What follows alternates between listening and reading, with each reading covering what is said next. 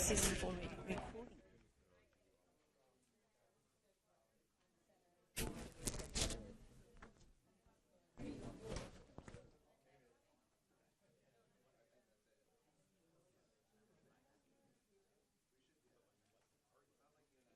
All right, could everyone come in?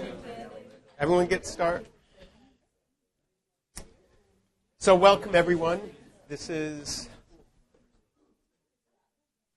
the first session of the ITS seminar series that we'll be holding this fall. So we'll be essentially every Friday afternoon at this time. And so I'm Dan Sperling. I'll introduce myself a bit more in a minute. But this is the schedule up here, at least through, and so you can see what the seminars are. Most of you are taking it for credit, and if you're taking it for credit, so why don't you give the rules? Sure. I'll give the rules. I'm Anne-Marie Schaff, and I work with our TTP students, any other students, study cancer solutions. I'm the rest as well. My office is right, the first floor to the right when you walk in this building. Wait a minute, I just realized. This is TTP 281, so if you want to receive credit for a one-unit pass, no pass class, you can register for that via SysWeb. You do have to sign in to get credit for attending, and you have to attend 6 of the 8 sessions. We ask that you attend 8 of the 8 out of respect for the speakers, but you do need to pass or attend 6 to pass the class. Another administrative thing is the class is starting at 1:40. Not only does it start at 1:40, but we start recording and broadcasting at 1:40. So we offer snacks, as you see. So if you want to have snacks and come in 10, 15 minutes early and chit-chat, that's great, but we need you to be in your seats and quiet by 1:40, again, out of respect to the speakers, but also so that our recorded broadcast can start at 1:40. Anyone can view this remotely while it's being presented. Then we record it and link it here so that you can review it after the fact as well. That is if we have permission from the speaker to do that. There are some speakers that have sensitive information that don't want us to record and broadcast. And when we send out our weekly announcement on Mondays, we'll let you know whether we're going to be able to put that up for later use. Any questions? Thanks. So that's why we're using the microphone here, because it is being broadcast. All right. So here's the schedule for the next few weeks. Next week is Jeff Morales, who is the head of the High-Speed Rail Authority for California. And in the past, he was head of Caltrans. He was Caltrans director a few years ago. So he's, a great speaker, and we're lucky to have him. And the following week, Brian Jones, who's deputy director for Transportation Facility Carlsbad, got his master's degree here actually probably 10 years ago or so. So he's one of our alums. And then we have a speaker.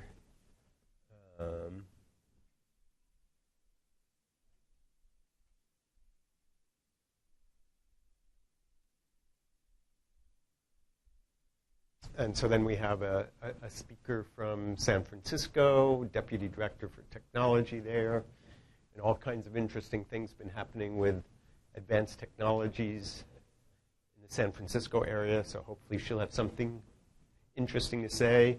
Then Professor Kara Kachelman from University of Texas at Austin, one of the most prominent transportation professors in the country. Sherry Ryan from San Diego State, who I don't know, but I'm sure she's great. I'm not even sure it's a she. Sherry, could be a man.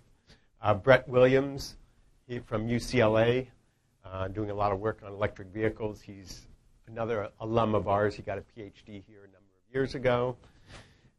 And Karen Frick, who's the assistant director for the University of California Transportation Center that we worked with for many years, from Berkeley.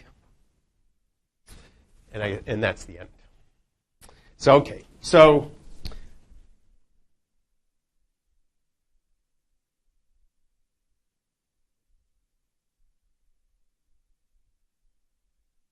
All right, so I'm going to do the first presentation. So I'm Dan Sperling. I'm director of the Institute of Transportation Studies, professor of civil engineering and also environmental science and policy, and do various other things as well on the side.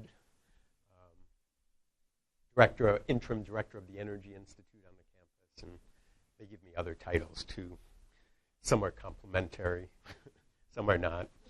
But this is a really big deal. So we just got this award a week ago, and this is a national center headquartered here out of ITS Davis on sustainable transportation. It is the National Center on Sustainable Transportation. And so it was awarded by the U.S. Department of Transportation.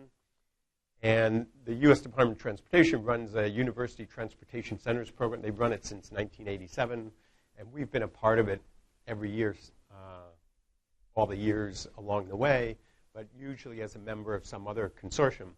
So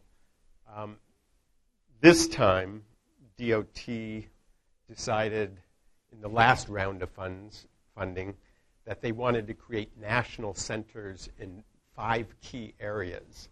So these are the 5 key areas: environmental sustainability, economics, infrastructure, livability, safety.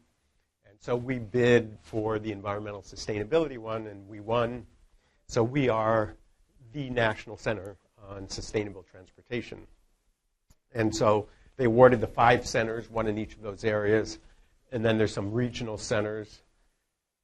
And they get less money, and they're less prestigious. So, you know, our friends down the road, and where is it? Berkeley, that's it. They've got one of those lesser centers. And then there's even smaller Tier 1 centers around the country.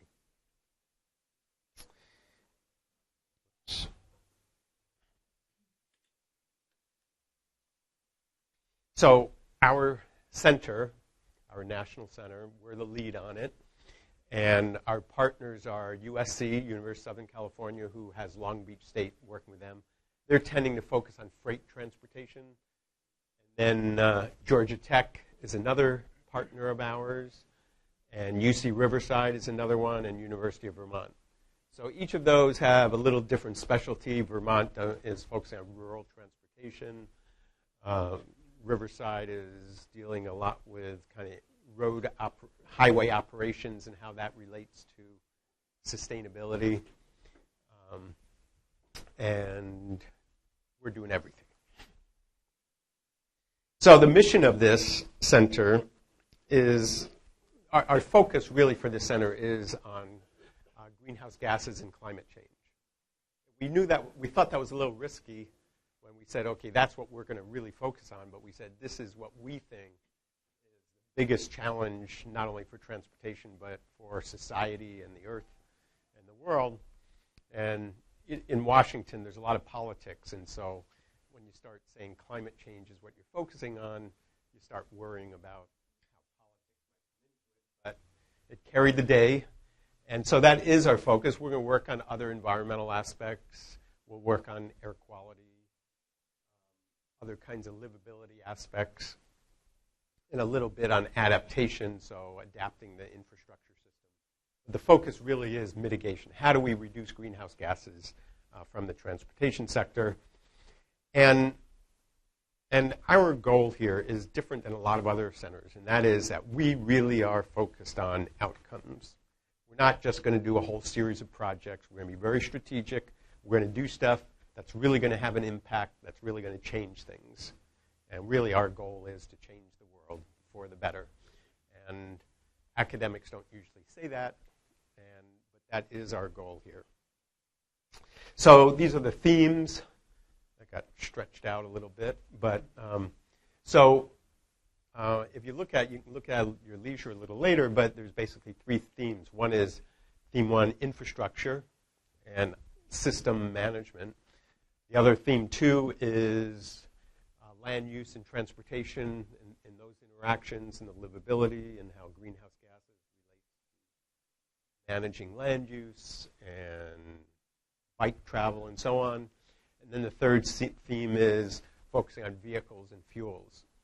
Now, and then there's a fourth theme is because if you just focus on the technology or the planning, you'll make some progress, you'll make some contribution. But if you don't think about it in the overall context about how do you change the institutions, how do you make things really happen, then we're not going to have as much of an impact. So that fourth theme is really important also. Change government and so on. And we're going to do it at, this is local, state, national, and international. So our focus will be the United States. Well, probably be more California, the most California, because that's where we are, but we have all our partners, and we really are focused on the country as a whole. But we'll be doing global as well. And urban, suburban, rural, public and private. We'll look at all the different modes of travel. We'll do both passenger and freight. And so what we're doing here is not just research.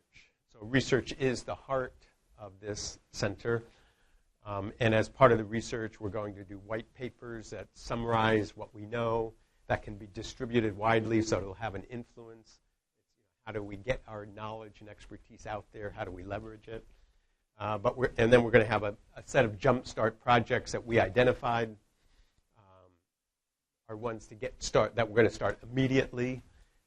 But then we'll have an open call for additional projects as well. And that's for the first year. And then the second year, there'll be even more projects added to it. But that's the research part. We're also very intent on transforming education.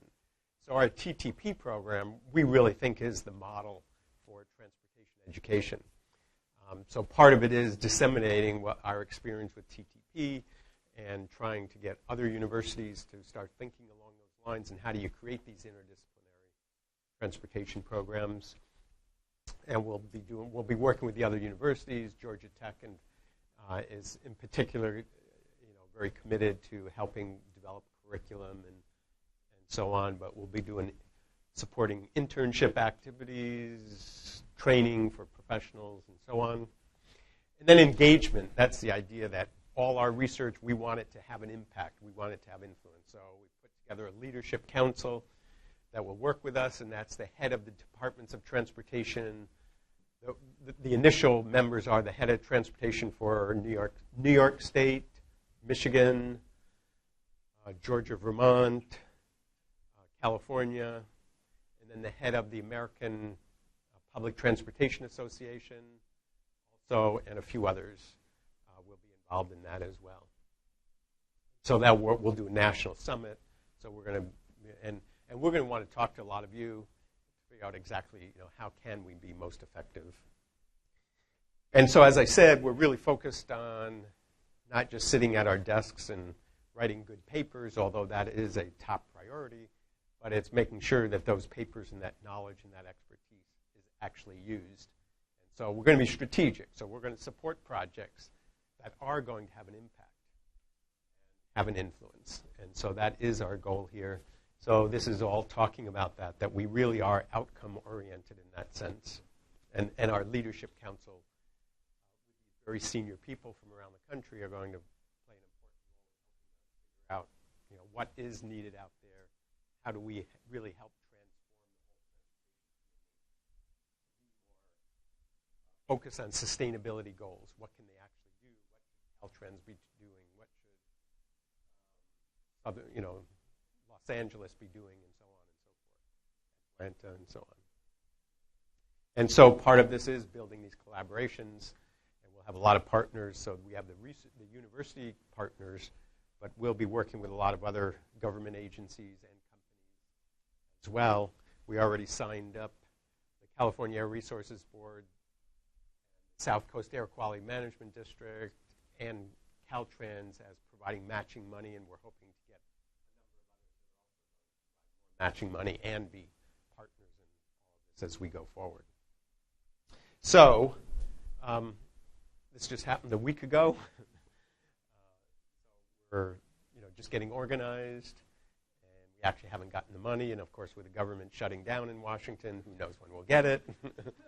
But see, it affects even us out here in California. But we are getting started immediately. We're not going to wait for the money. We're getting organized. We're actually going to have a first meeting with our leadership council here in November, and that'll be probably the formal kickoff of it. You'll be hearing a lot more. So, really exciting. Oh, and I should say there's some money attached to it. You might have seen our press releases. We might have exaggerated a little, or at least presented in a way that's to look as good as it can. So we said $11 million over 2 years. What that means is half. So we get $2.8 million a year from the federal government, and then it's matched $2.8 million. We haven't quite gotten all the match, but we have most of it together. So there's 2 years. We're hoping actually it'll be more than 2 years. The way the federal government works is they fund transportation for several years at a time. And last time Congress only funded for 2 years.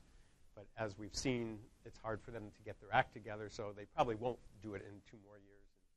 Every year they don't do it, they just automatically give us another $2.8 million. In this case, we're happy if they're dysfunctional. All right, so what we're going to do now is, so this is one center. So, and this national center is administered through ITS, but it's connecting up to all these other centers that you're going to hear about now. So as some of you that are new to the campus, you might be confused by all these centers, but the reality is we're all the same people. We all work together. We're very collegial. So even though it might look and sound confusing, it really isn't so confusing at the end of the day. So maybe just as an overview, are there any questions about the overall structure, National Center? All right, good. So our next speaker is going to be from the Pavement Center. So this is the University of California Pavement Center. It's located in Davis and Berkeley, and of course the headquarters, that means the headquarters is in Davis. Berkeley is our partner.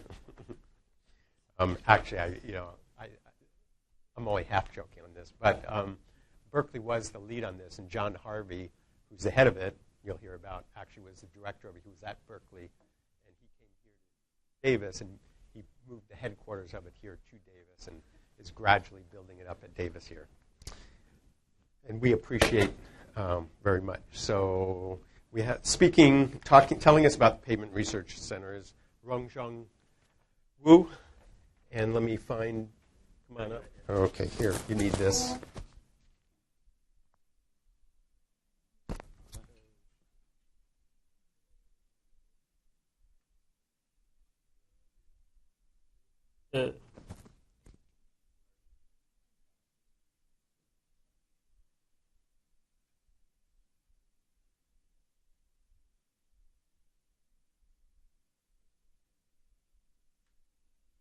Well, thanks, Professor, for the great introduction. I think that's probably 1/4 of all of the presentation I need.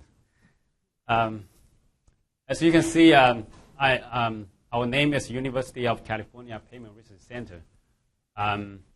We do have Davis and Berkeley, and my name is Rongjung Wu. I'm sorry, our director cannot make it today. So first, we have our facility built here just in 2009, so it's not brand new like this one, but it's pretty new too. We have still have a lot of lab testing facility at Berkeley, and most of people we have one faculty. If you want to find us, talk to John, Professor Harvey here, and also we have professor in Berkeley. We have staff, we have graduate student, postdocs, and a lot of undergraduate employee, and you will see why we do need them. And we have visiting scholars. So if you look at the map, A is where we are right now, and B is where UCPRC is. And you just go that way, and before you see the sign, airport, and you turn left, you'll see us. And here's a little top view of the site. It's quite big yard. because we do our research needs a lot of space. You will see a little bit later when I show you some pictures. So we build test tracks, and we test the payment structure for their performance and see different materials, evaluate their effectiveness. So that's what it look like. And we basically do everything that's related to payment. In terms of structure and material, we are working with the Caltrans to develop a new payment design method for California. And we do recycling. How do we do so when the road getting old, needs to be repaired, we don't just grind it up and send it away. We try to recycle it. You could do full depth, partial depth, or you can do a cold, you can do a hot. We do research on that. And we look at different materials, trying to make it more sustainable, reduce energy consumption, and reuse some of the materials like rubber, the ground rubber, tire, put it in our material. And for functional, we do research on quiet payment, make them quieter, make them, sometimes we need to store storm water, and we try to make payment less stress on the people, make it cooler. And also we make it safer. We look at the service texture. This is actually, we have very interesting project going on that Calvin is also part of. We also look at policies. We help Caltrans build the payment management system. So now we can, for the first time, we can drive on computer. You can drive around the whole California and look at what the payment look like. And we also do life cycle analysis. When we have a new alternative, new technology, we always look at the life cycle impact. So just to show you some toys that we have and some project that we've done. This is we call heavy vehicle simulator, our flagship equipment. You can see in the middle this there's a carriage, there's a wheel. We just basically push the wheel up and down, like up and down this way, and it apply load, basically apply a lot of load to accelerate payment damage. And in this case, we were testing expansion joint for the San Francisco Bay, Oakland Bay Bridge, and this is what it looked like after we run a lot of traffic on them. And you see the damage we made on this joint. And we build, as I talked about, we build test tracks. Sometimes we get send out contracts, invite contractors to come build a test track. In this particular case, we are grinding up the existing payment here. So this is the milling machine. It grind it up, and it send the material back there. And we also have this is really probably not really easy to see. This is called we call it noise car. So we drive this car at highway speed, and then measure the noise between the tire generated by tire and the payment interaction. So we have a microphone here to record that. We also have laser mounted at the back to look at the surface texture. And we also have a deflectometer to drop a weight on the payment and see how much it deflects, and we can evaluate how sound the structure is. We also have and this is a current ongoing project that we look at bike comfort for people. When people complain, some bikers complain that the highway is too rough for them to bike on. So we do scientific study. We ask them to grade the pavement, and we also do instrument bikes. We ride on them and take measurements. And so that's pretty much it. And any questions? Actually, that's it. Actually, so that's a true picture I took. Somebody actually paid to come see us.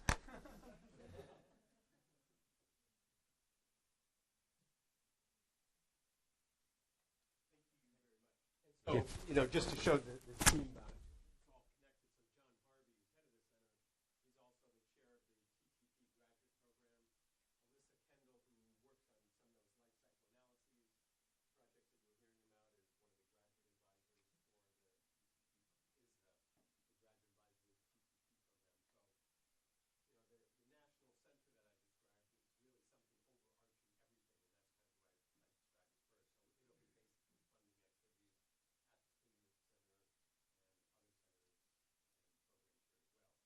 Right. So next is the Energy Efficiency Center. Sorry, everyone, back out there in the ether that didn't hear what I just said. So the next speaker is Anna Smybush from the Energy Efficiency Center, and representing.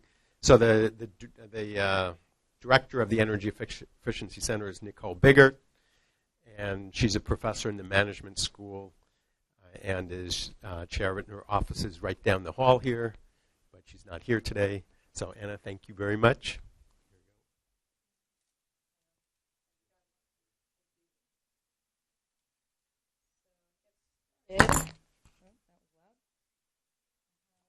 Handout of what is essentially the presentation that I have today.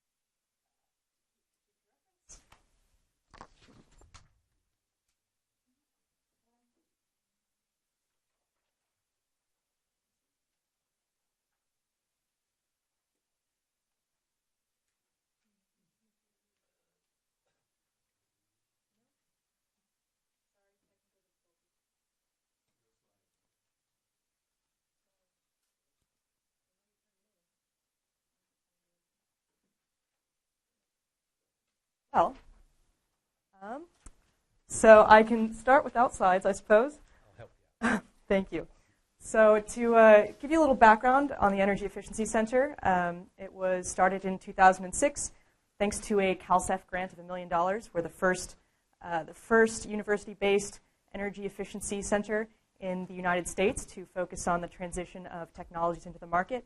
Our mission statement is to accelerate the commercialization and development of energy efficiency technologies and to train future leaders in energy efficiency.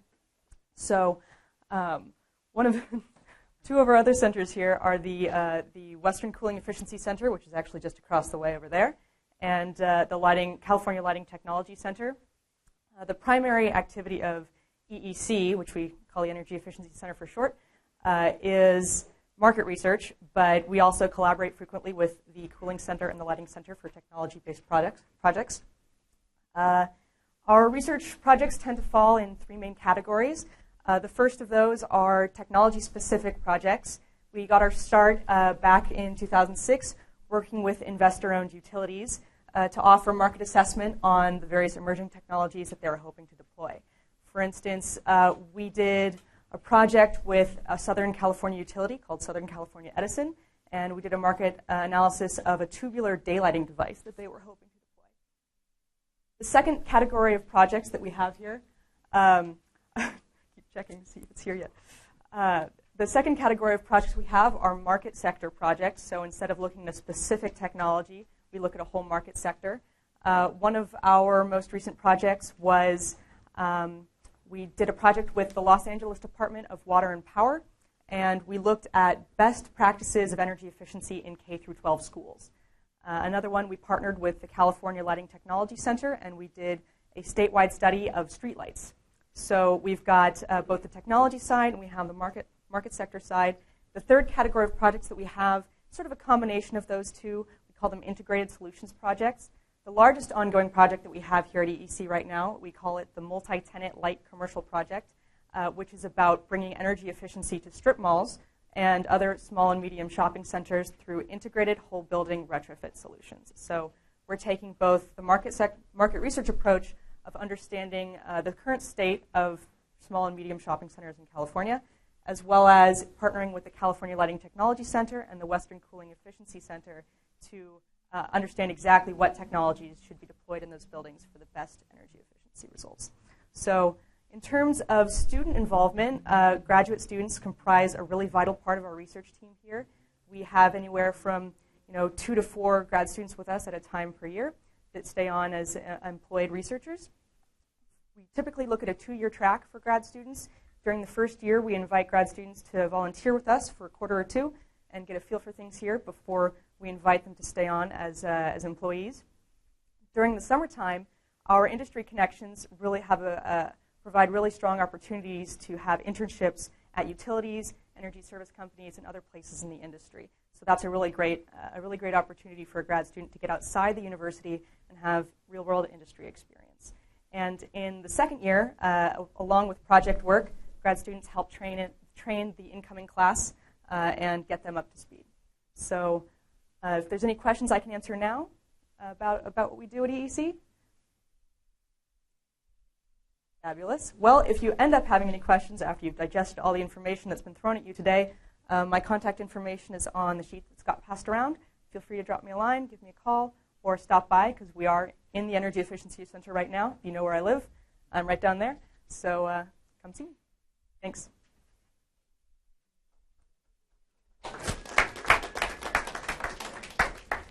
Thank you very much.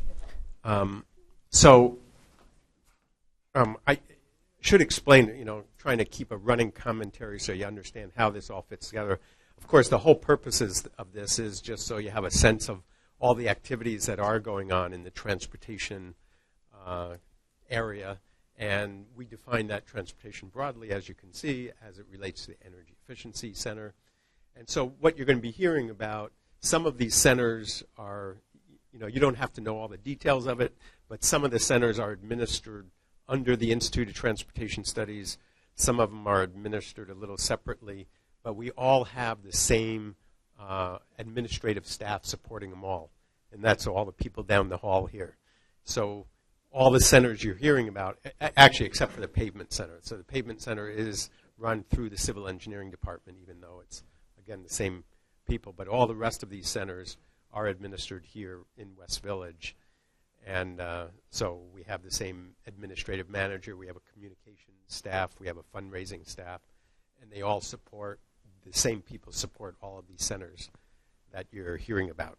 So the next center that we're featuring here is the Plug-in Hybrid and Electric Vehicle Center. The director of it is Tom Turrentine. The presentation is going to be by Tobias Barr that works at the center. They are located right in that building over there, and you're going to hear more about it. And so I'll leave it to Tobias to give all the details. So thank you for coming. Yeah, thank you, Dan. It's my pleasure to be here and talk to everyone. Hi, everyone. I'm Tobias Barr. Let's see if I can get this a little bit more comfortable.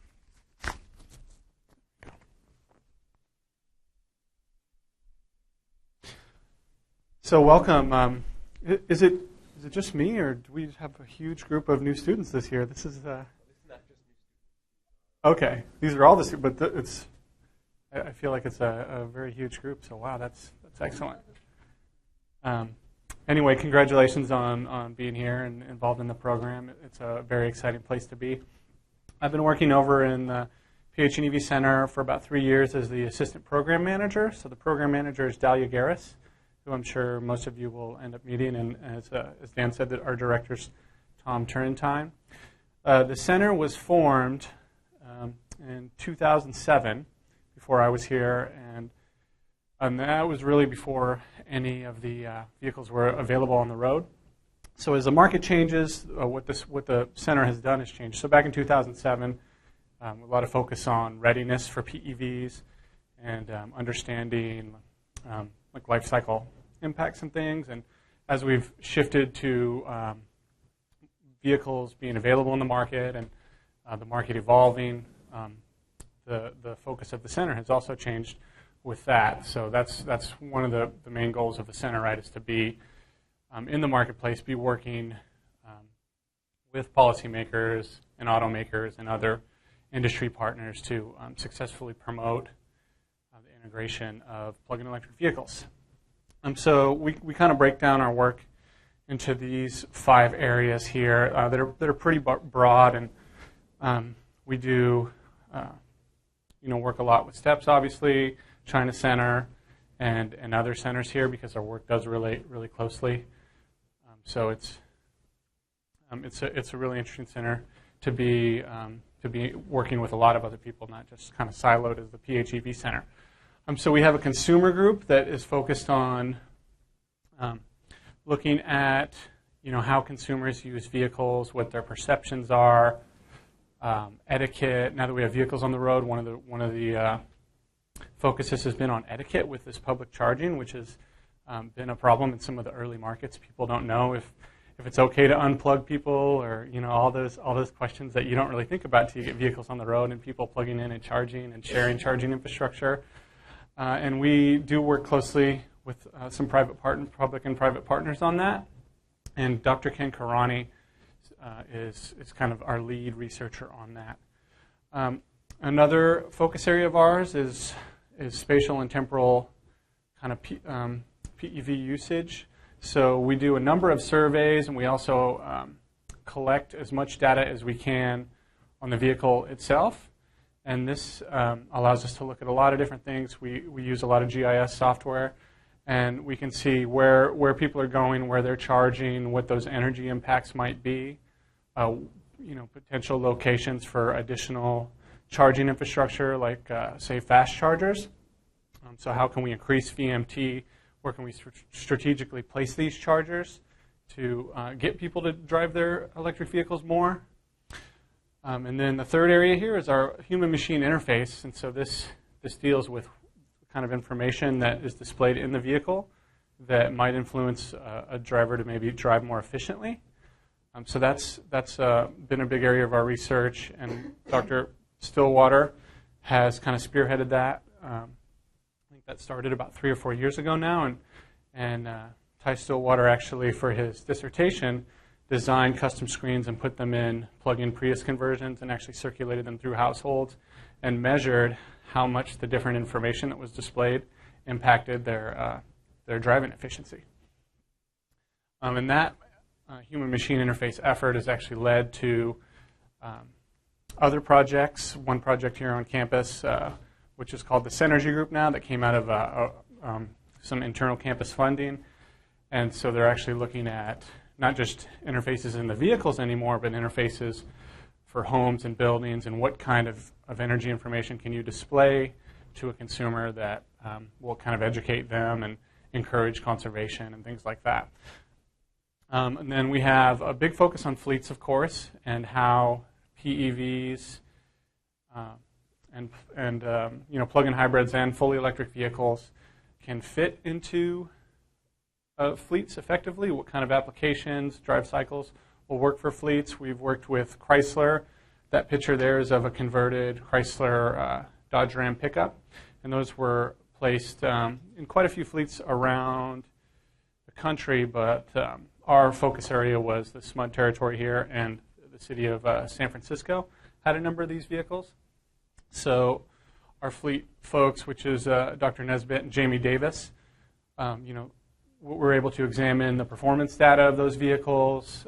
We're able to consult with the fleet managers to talk about different applications that might really optimize the electric miles in that vehicle. And then, of course, talk to the drivers, the folks who are actually using those vehicles, getting their perceptions, learning where they were charging, and all those important things. And then finally, we've done a lot of work on battery studies. And Dr. Burke, who some of you may know, he's in the building next door and has a big role with the STEPS program, works with us on that. Early on, it was important to benchmark these different lithium-ion battery chemistries. So Dr. Burke's done a lot of that. If you're interested in batteries and getting to know what these different chemistries do and what the different advantages of the various chemistries are, talk to Dr. Burke. His publications are also available on the website. So we have a ton of information on battery chemistry types and applications here. We've really been focused the last few years on the second life use idea that lithium-ion batteries are robust enough to where after they're used in a vehicle, and you may lose, say, 15, 20% over maybe 100,000 miles on that vehicle of capacity.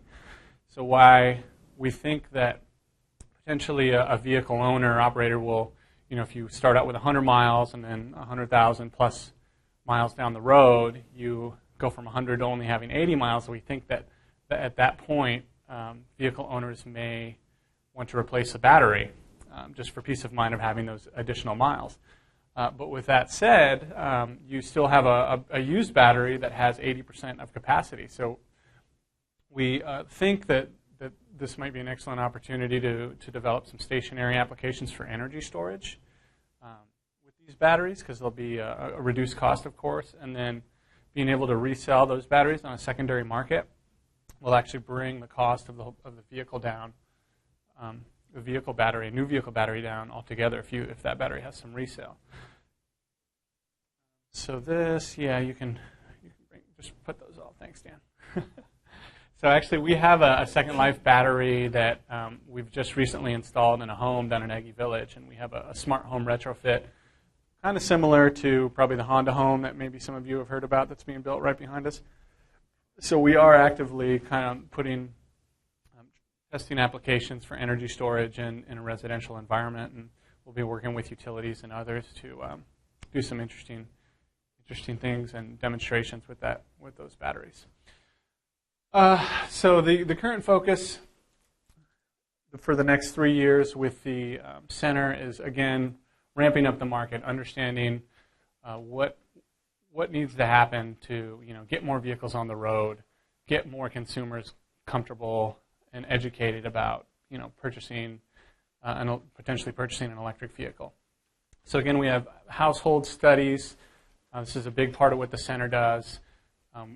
Go out and actually solicit owners and survey them, track them, understand where they're going, and that process helps us make recommendations for improving infrastructure and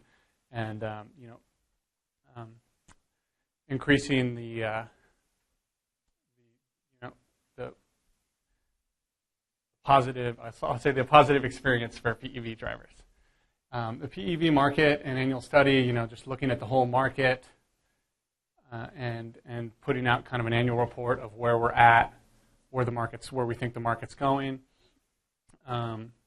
Consumer purchase modeling. This is another kind of big part of what we do. We have some really fancy survey tools that the guys have been working on developing for 3-4 years now, and every year they get a little better. They get more tools. There's more technology out there. So they really get a good understanding when they're able to survey in California and around the country. These surveys tell us, what kind of vehicles people are interested in buying, what they're interested in electric vehicles and other alternative fuels, things like that. So it gives us a real excellent picture of the market. The World EV Cities and Ecosystem is a website that is intended to share different kind of stories of different regions from around the world.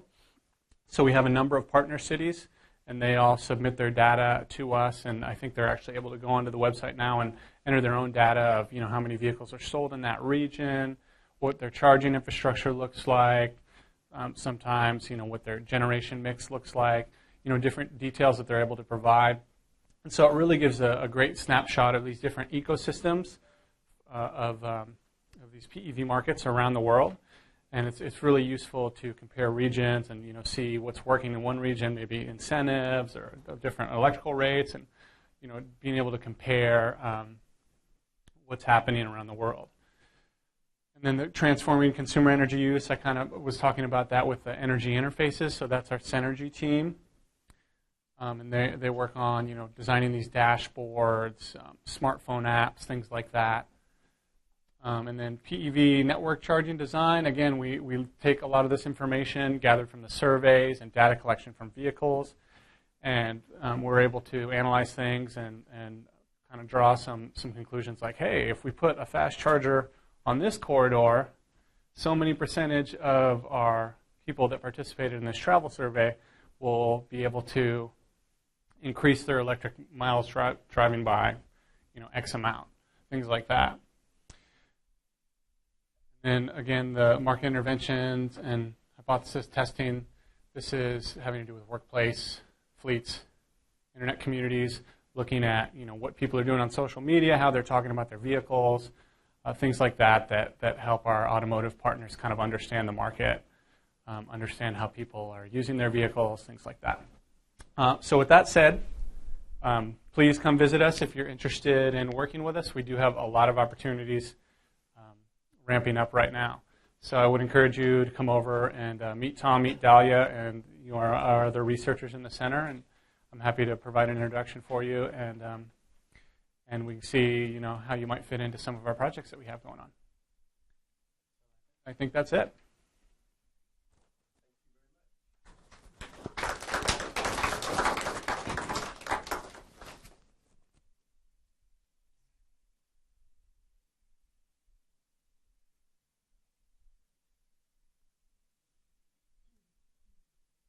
Introduction, Dan? No, I'm just kidding. I'm just teasing. Mr. Paul Gruber, the best here, and a new father, and right. He is the executive director for the STEPS program. So I should say that. Back for a second. So all these centers here and programs, they're all really national, international leaders, and so the Electric Vehicle Center has the most advanced work on electric vehicle markets in the world. There's a lot of study with a lot of different companies, BMW and others, Chrysler you heard. So the STEPS program here, which was, are you going to give the history of it? Or? No, go ahead.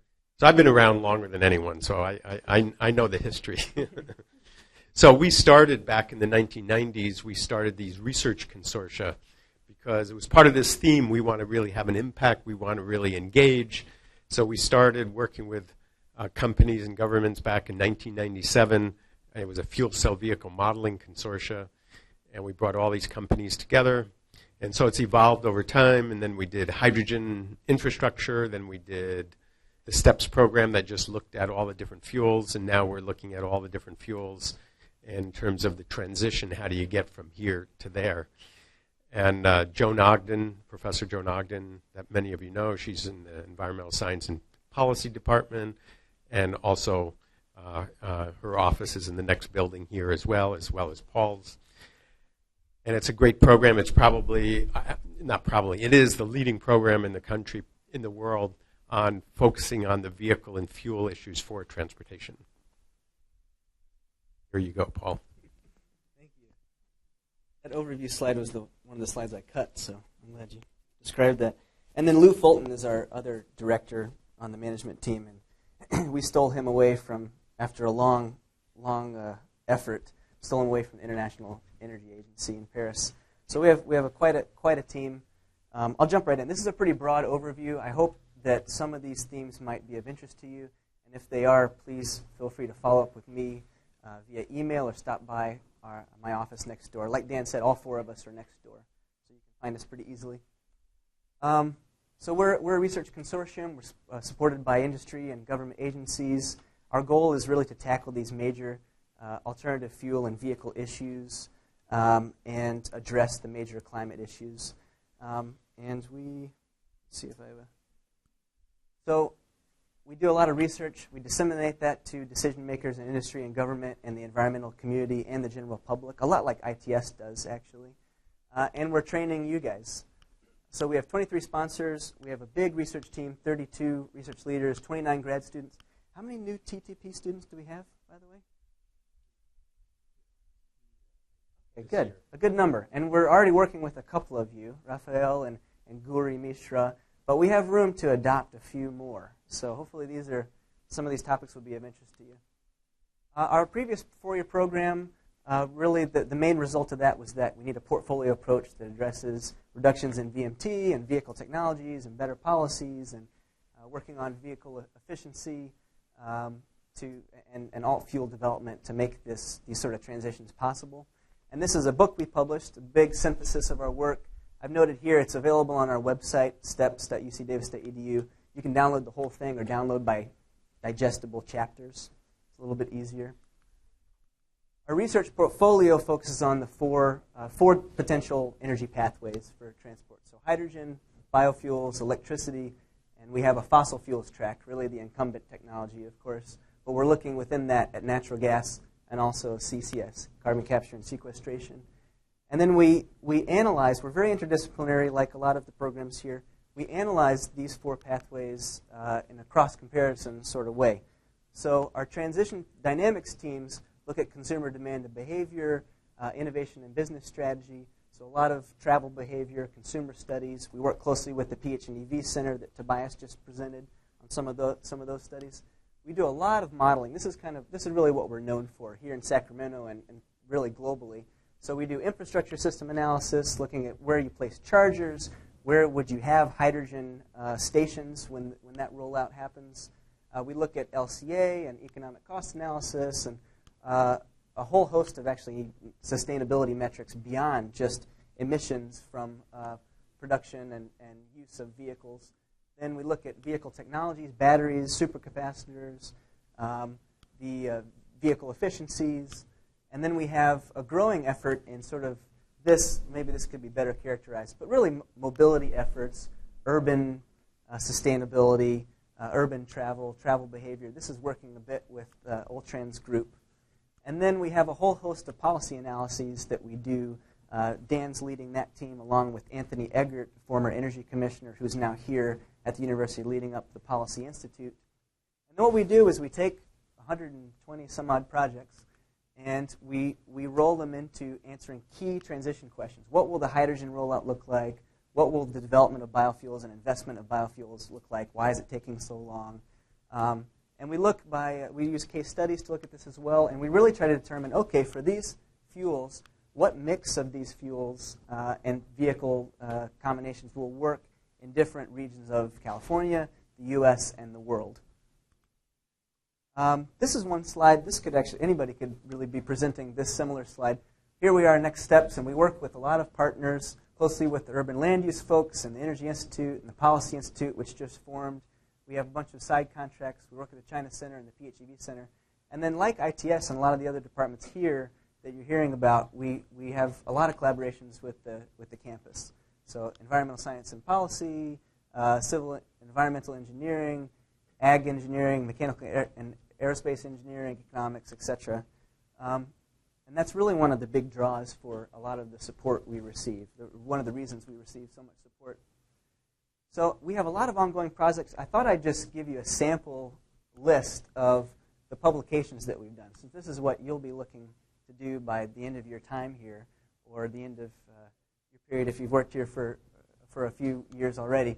And I wanted to point out, ITS has a really good resource if you haven't found it already.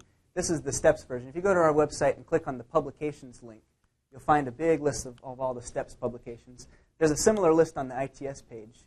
So you go to its.ucdavis.edu, click on publications. You can search by keyword, search by author, and you can see really all the stuff that we've been up to. So this is just a snapshot, the top 10 or 12 or so publications that we've done recently.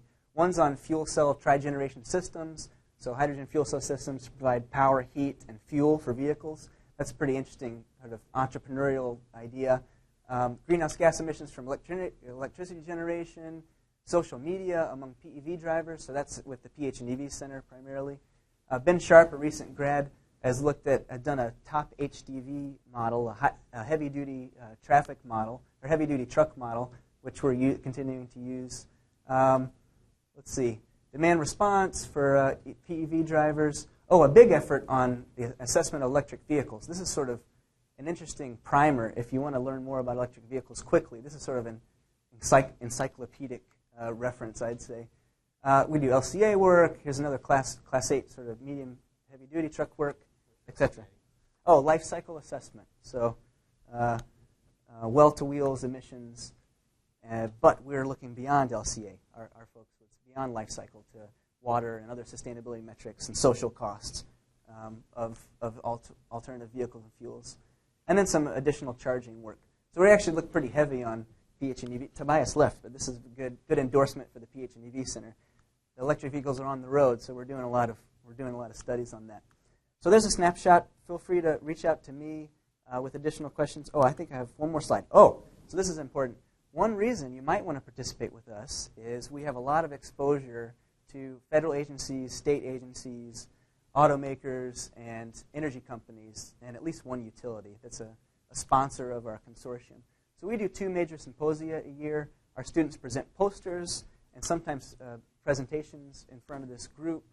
And we also have a seminar weekly where our students get to hone their presentation, or their research really, and their presentation skills in preparation for really learning how to showcase their great research. So hopefully some of this was a little interesting to you. If there are particular topics you're interested in, reach out to me. I'm next door, and love to have you engaged in next steps. Thanks.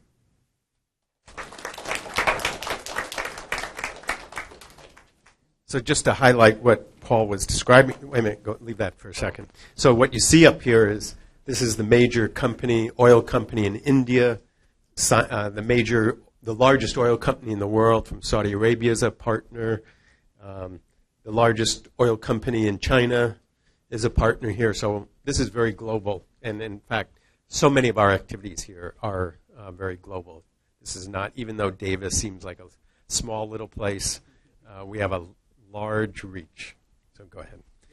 All right, so our next speaker is Caroline Rodier, speaking about our Urban Land Use and Transportation Center, which is actually our newest center here, and also the Information Center for the Environment. And I should mention Caroline was actually the principal author of that national center. She did a lot of the actual writing of that, so we're very indebted to Caroline for her contribution to that. So. Thank you.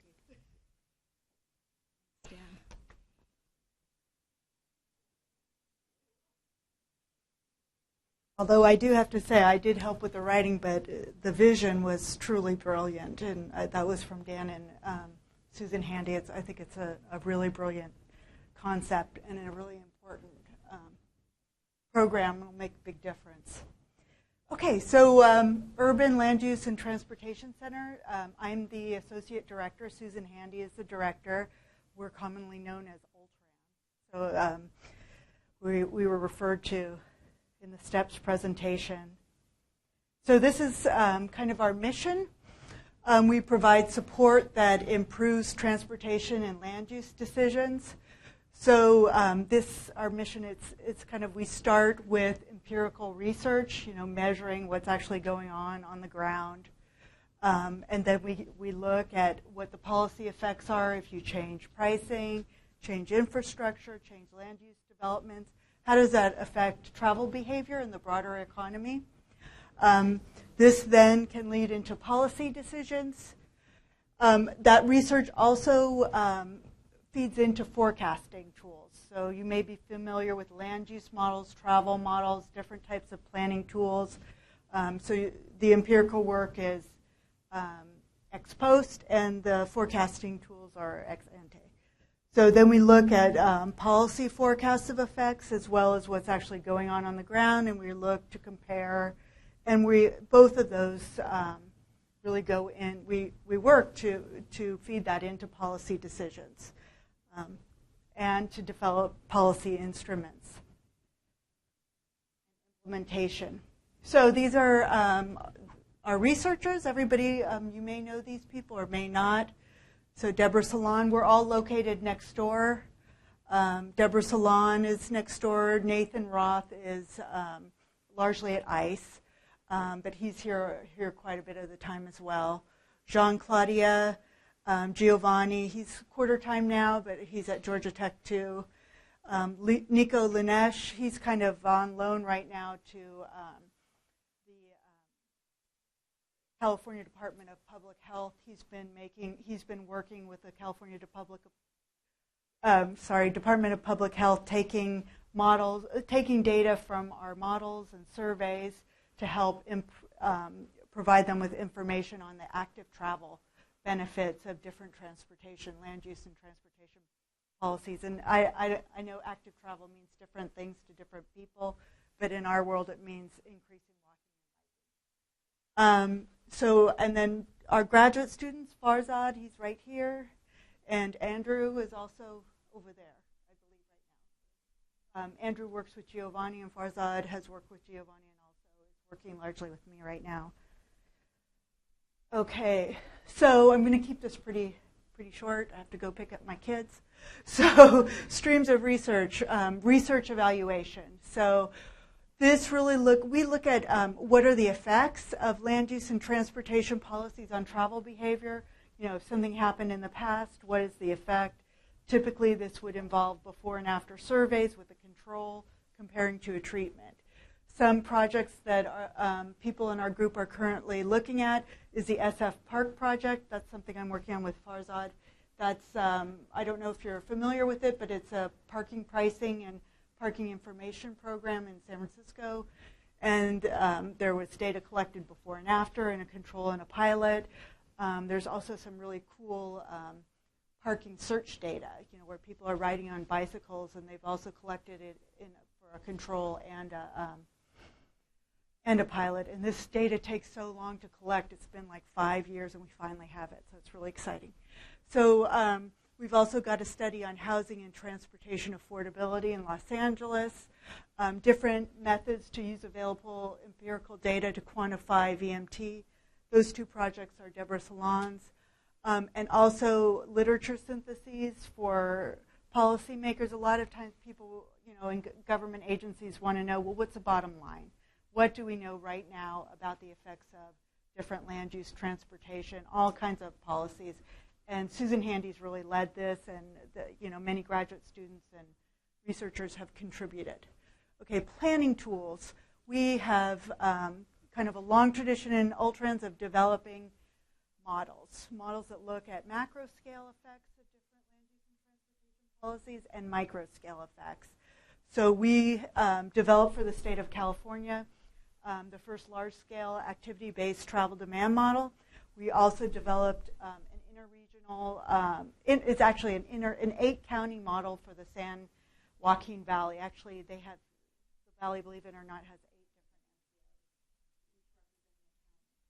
different. So that model was developed for the California Air Resources Board.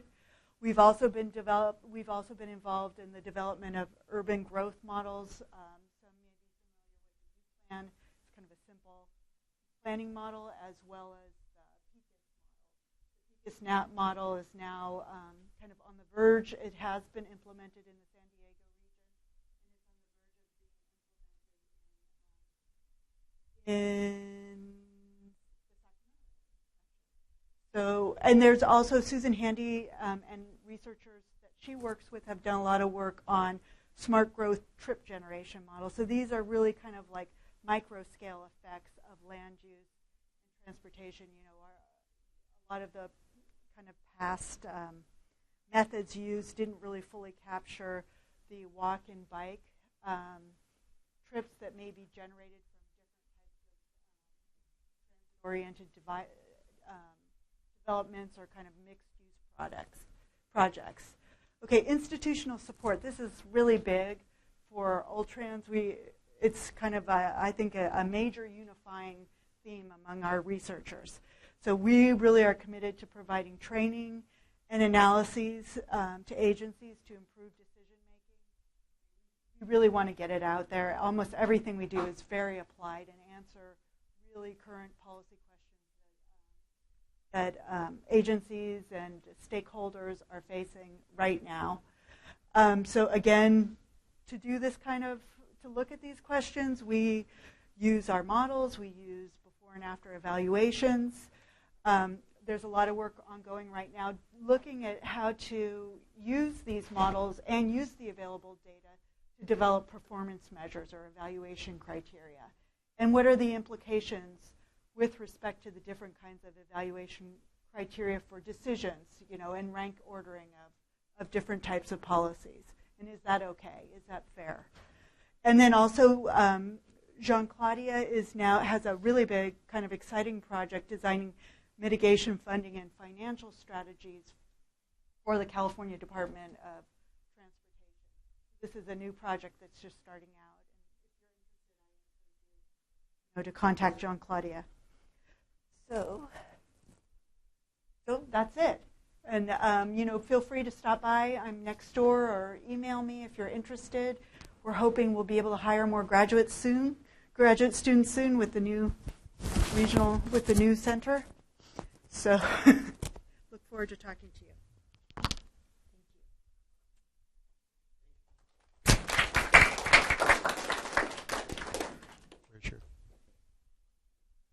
Okay, so another important center of ours, I remember I said we have an international reach and theme, is our China Center, which was created a number of years ago. And Yunxi Wang here is the one that has directed that center from the very beginning. And it's really, in many ways, it's been the hardest center to build because Chinese government and Chinese companies aren't necessarily very excited about funding a university in the United States, and the United States government's not very excited about funding work by a United States agency or university in China. In fact, they have specific rules forbidding it, which is kind of shocking.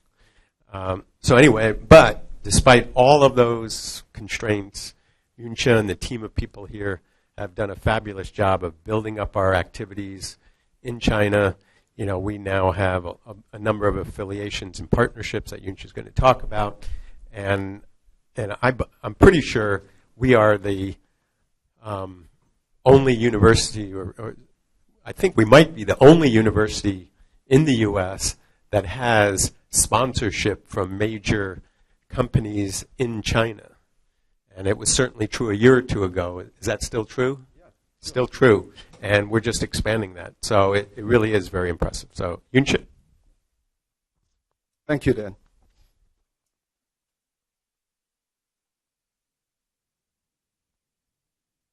So it's China Center in a California university.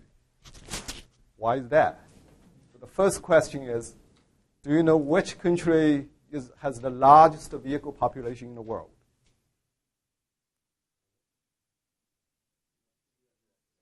Right. Which country has the largest vehicle market in the world?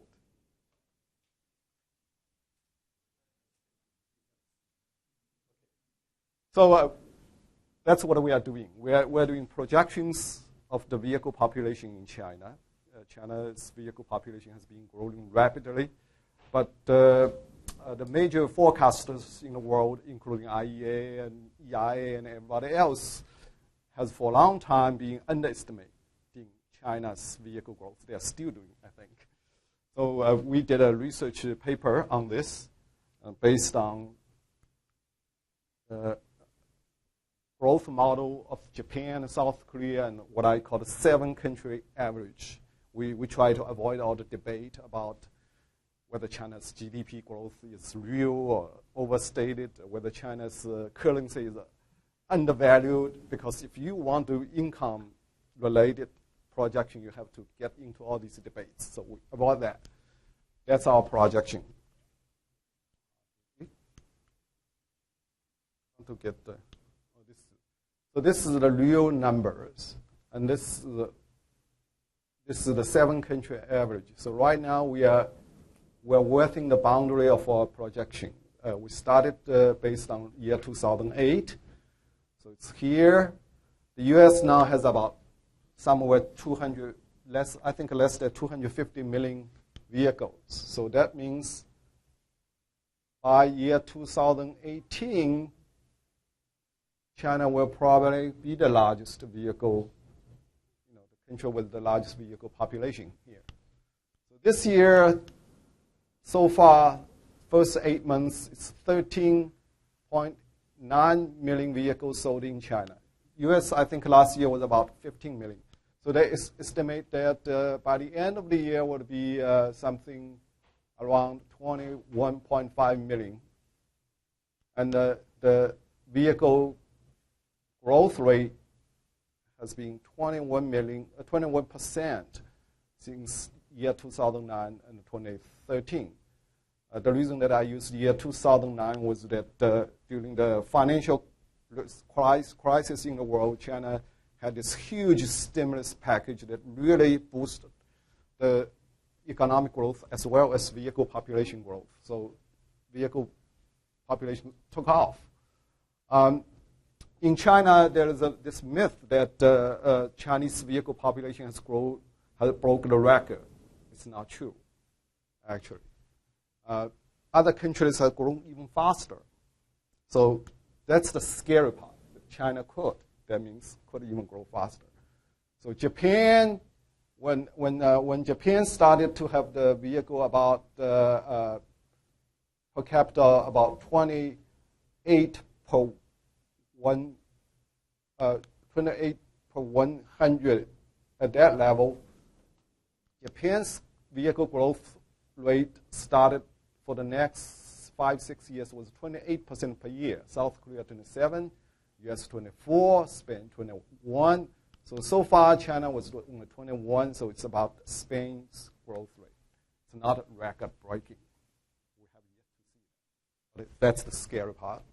And China's oil dependency, that means how much you have to import from the world, is about 60%. So last year, I think the end of last year, China became the largest oil importer in the world. And the United States is going to be the largest oil producer in the world this year, perhaps. It's very dramatic. Nobody thought about it.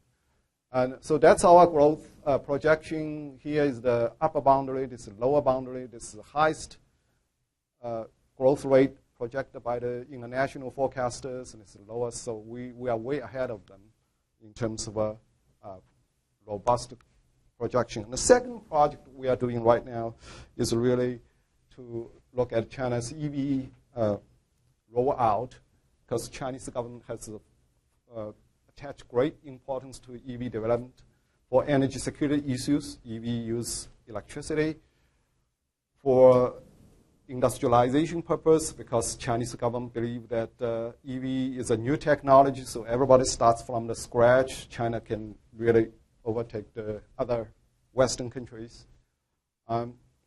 So we sort of we're not quite sure about the infrastructure. So we did a survey in 4 cities, and then we found out that the first question is whether you have a fixed parking spot, because this is the basis for charging, right?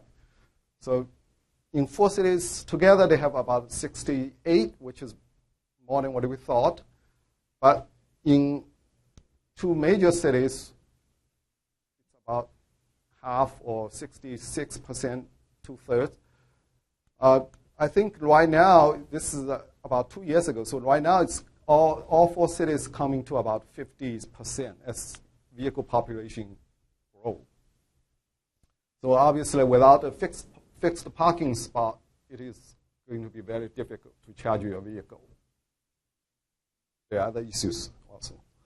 And then the third research track that we are doing is really to work with next steps. So we do research related to steps tracks, including coal, because in China, coal still accounts for about 65% of primary energy consumption, and about 80 to 85% of the electricity generation. So the question comes back: why we are interested in China's electric vehicle rollout? Why we are sort of very interested, maybe even sharing with the Chinese government about California's ZEV mandate, ZEV program, Zero Emission Vehicles program. The reason is that we believe that, one, so far in human history, it has been easier to decarbonize the electricity than decarbonize the liquid fuel. I think we have breakthroughs right now, but I'm not quite sure. But electricity most countries used to use coal to generate electricity. But now in California, it's less than about 10%. So it's very low carbon. And the fourth research we're working on, we worked on the e-bike, because we don't want to just go to China and say, hey, we want to share our California experience. We're successful. We want to exchange successful experiences with China. And this is the area that I think China can teach Americans a little bit. There's a large population of electric vehicles, 200 million in China, more than the vehicle population. And we believe, like California, did you ride bikes here yesterday? Thinking if you were using how to use electric bikes might have been easier for you facing the wind. So electric bikes have can be very advantageous in California. In some areas, for some distance, especially for baby boomers when our knees are not getting as strong as it used to be. So you can please use electricity bikes, right? The problem is that there is some problems with the cost. It's $1,500 here for a basic, good electric bikes. But it's $400 you can get really quite good electric bikes in China. There are some other issues have to deal with to get the price down in the United States. But I believe if the Walmart starts to import electric bikes, just as it does with the TVs, these strange brand names TVs for $100 something, it's going to be very popular. But infrastructure, other things will have to follow up. You do have to have place to charge, right? So we are this is wrong. We are starting a new survey. We want to see if we want to lend people some electric bikes and to see what they think before riding the electric bikes, and what they think after electric bikes. The only problem what we were thinking yesterday was to start this program is where do we get the insurance? So if you have any good ideas, because I suspect the insurance company will say, it's very dangerous to insure. So we'll sort this out, I think. And then we have other activities, outreach. We are participating, co-organizing a 2013 EV Summit Forum in Beijing, and Kao EPS Secretary, and newly retired Deputy CEO of CARB, Tom Kakat, and I will speak at that EV Summit. And then we will co-host with Chinese government agencies an NG in Transportation Options workshop right next week, the week after the EV conference. So then we also participate in other conferences in China. Now we have a joint research center with Sanxi Auto Group. It's a heavy-duty maker in China, largest natural gas truck producer in China as well, and export as well. And then we have a joint research center with Ankai Auto, the largest electric bus company in China, and one of the largest bus companies, mostly concentrate on luxury buses. And now we have Sinopec. You just noticed that one of the largest oil companies in the world is our sponsor. BYD sits at the ITS Davis board. Energy Foundation China has been supporting our China Center for many, many years.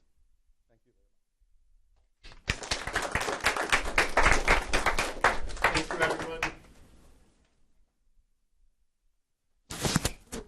Thank you. It's 3 o'clock. It's 3 o'clock, so we should end it now. But if anyone wants to hang around here just for a couple minutes, have any more questions. So we'll see you here next week. Thank you very much, and welcome to those of you who are new. Welcome to UC Davis and West Village. Bye.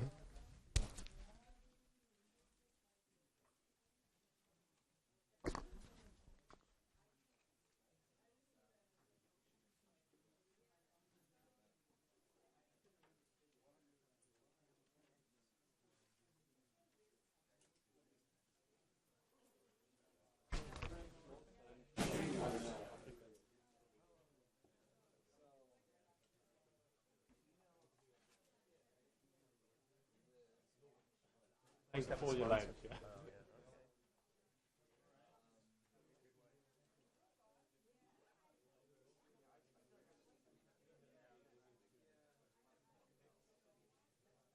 We also implement.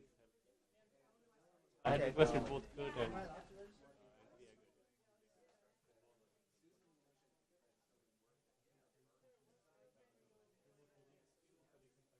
Please.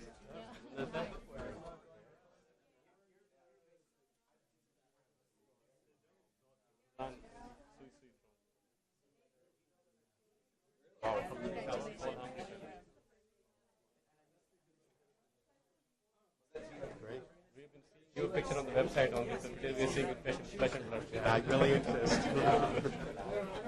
Thank you very much.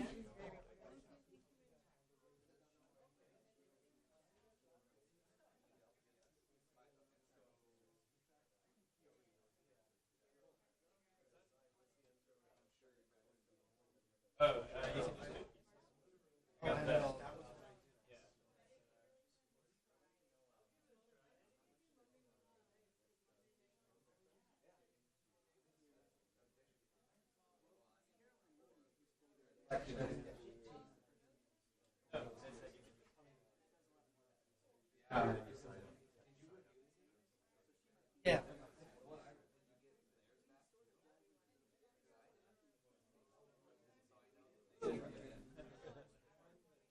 I was wondering if in the sustainability, there's going to be